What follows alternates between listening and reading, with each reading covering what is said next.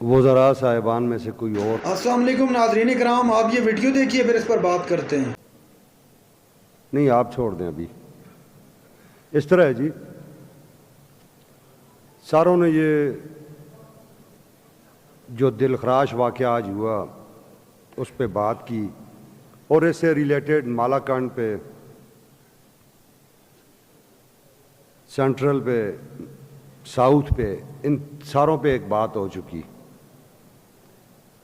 اب یہ serious thought ہے، رولنگ کی بات نہیں ہے، یہ کوئی کانسٹیٹیوشنل وائلیشن نہیں ہوئی کہ جس پہ میں رولنگ دے دوں۔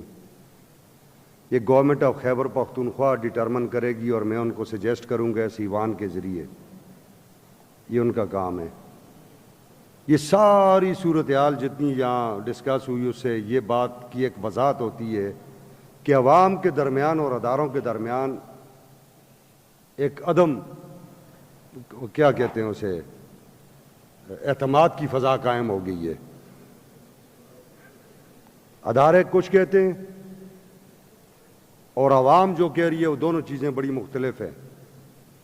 اس صورتحال میں ضرورت اس امر کی ہے کہ ہم کسی درمیانی راہ کی طرف جائیں۔ ادارے لوگ کہاں سے لے رہے ہیں؟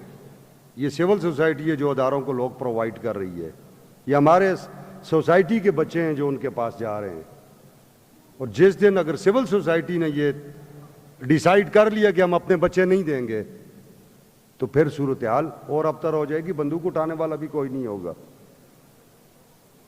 ہم بحیثیت پاکستانی ایسی کوئی چیز نہیں چاہتے۔ میں یہ سجیسٹ کرتا ہوں گورنمنٹ کو کہ ریجن وائز اس وقت سب سے ہارٹ ایشو ہے ساؤتھ میں،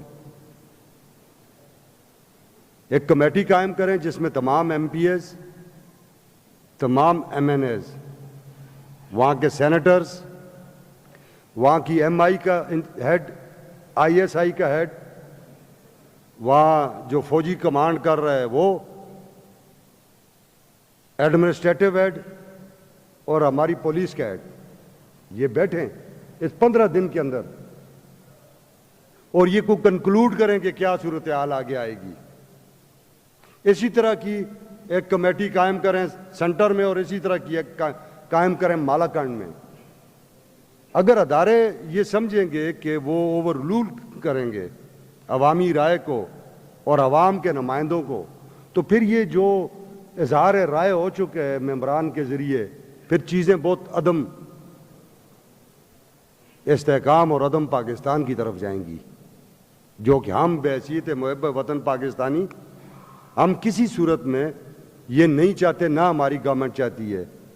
میری جناب ڈاکٹر صاحب، میری بھی وزیر اعلیٰ صاحب سے بات ہوئی تھی، انہیں بھی میں نے یہ سجیشن دی کہ آپ قائم کریں فوری طور پہ ریجن وائز کمیٹیاں، جس میں آئی ایس آئی کا ہیڈ بھی ہو، وہاں کا ایم آئی کا ہیڈ بھی ہو، آئی بی کا ہیڈ بھی ہو، اس میں پولیس کا وہاں کا ہیڈ بھی ہو، ایڈمنسٹریٹو ہیڈ بھی ہو، اور ہمارے تمام نمائندے ہوں جو عوام کو ٹرولی ریپریزنٹ کرتے ہیں، اور یہ اس پہ وہاں فیصلہ ہو۔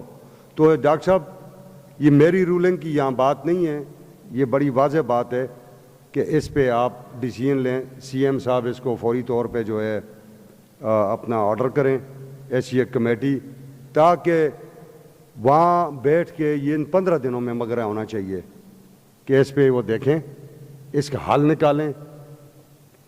باتیں ساری ہوگی، میں ریپیٹ نہیں کرنا چاہتا کہ بارڈر پہ اگر ہماری فوج کھڑی ہے اور بارڈر پہ ہم نے باڑ لگائی ہوئی تو لوگ کیسے اندر آ گئے، آگے کیا ہوا، آگے کیا ہوا، یہ ساری باتیں اس ایوان کے معزز ممبران نے یہاں ڈسکس کر لی ہیں، اور اسے سیریس تھاٹ دینے کی ضرورت ہے۔ اور اس ملک کے لیے اور اس ہمارے صوبے کے لیے بڑا ضروری ہے کہ تمام ادارے اور عوام کی ریپریزنٹیشن جو ہے، جو اس ایوان میں موجود ہے اور ادھر قومی اسمبلی میں اور سینٹ میں ہے، یہ ایک جگہ پہ ہوں۔ اور میرا خیال ہے کہ یہ سی ایم صاحب کو میں خود بھی بات کر لوں گا، اس ایوان کے توسط سے بھی بات ان تک پہنچ جائے گی، اور ان کو بھی میں نے گوش گزار کر دیا تھا۔ تو اس کا یہی مجھے ایک حل نظر آتا ہے، باقی باتیں اس پہ انشاءاللہ تعالی ہم بعد میں کریں گے۔ ناظرین کرام، آپ نے ویڈیو دیکھی اسپیکر کے پی اسمبلی جناب بابر سلیم خان سواتی کا بنو کے حوالے سے انتہائی سخت قسم کا رد عمل سامنے آ گیا ہے۔ اسمبلی کے فلور پر اسپیکر نے صاف الفاظ میں کہا کہ یہ اس طرح ملک نہیں چل سکتا۔ ناظرین اکرام، بابر سلیم نے یہ التجا کرتے ہوئے کہا کہ اس طرح ملک کا امن خراب ہوتا ہے، عوام اور اداروں کے درمیان اس سے مزید دوریاں پیدا ہوتی ہیں۔ اگر اس طرح کے معاملات آگے چلیں گے تو ملک کیسے چلے گا؟ ناظرین اکرام، بابر سلیم کا مزید کہنا تھا کہ اس کے لیے صاف اور شفاف انکوائری انتہائی ضروری ہے۔ وہاں کا ISI کا ہیڈ، MI کا ہیڈ، IB کا ہیڈ اور پولیس کا جو ہیڈ ہے، یہ بیٹھ کر اس بات کو کنکلوڈ کریں کہ یہ معاملہ ہوا کیسے تھا، کس نے کیا، کس کی حما پر ہوا، یہ تمام چیزیں سامنے لائی جائیں۔ ناظرین اکرام، یہ تھی آج کی ہماری ویڈیو۔ چینل پر جو نئے چینل کو سبسکرائب کرنے کی ویڈیو تک اللہ حافظ۔